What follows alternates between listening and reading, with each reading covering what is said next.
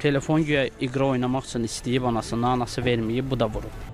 Qayını görüb ki, qan içində, uşaq da ki, çıxıb qabağına nə olub, heç nə, zəng elə, anamı öldürmüşəm. Xaçmazda dəhşətli qətl hadisəsi baş verib. Rayonun Qadaşaba kəndində 15 yaşlı yeniyetmənin anasını qətlə yetirdiyi bildirilir.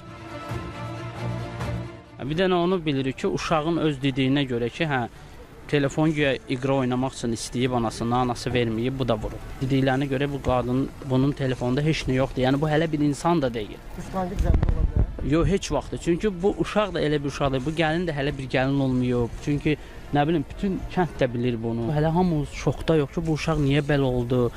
Kimsə yox. Kimsə nə bilim kənardan mı deyək, indi telefonu araşdıracaqlar da uşağın öz telefonu. Evdə heç kim olmayıb. Yəni atası işdə olub, qardaşı var, o da işdə olub.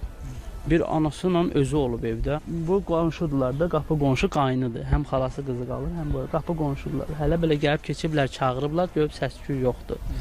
İndi həmişə gəlib gedən evdir də, çıxıb gəlin yuxarı girəndə görüb ki, bu yerdədir. Bacı özünə cəllad saxladı evində. Ne bileyim, bilmiyorum. Bacım bir dilsiz ağızsız bacım idi. Oğlu onu elə çox istəyirdi. Bacım bizə gələndə həmişə gül kravatla yatırdı. Oğlu onsuz yatmırdı. Ay bala, sən anama necə qıydı? 2 dəfə əməliyyat elətdirib. Uşaq elə bir nəsə problemi var idi. Bu qonşular hamısı bilir, mehriban, namaz qılan ailədirlər. İçki içən də gör, bir şey, heç bir şey. Həm də 9-u bitirib bu il.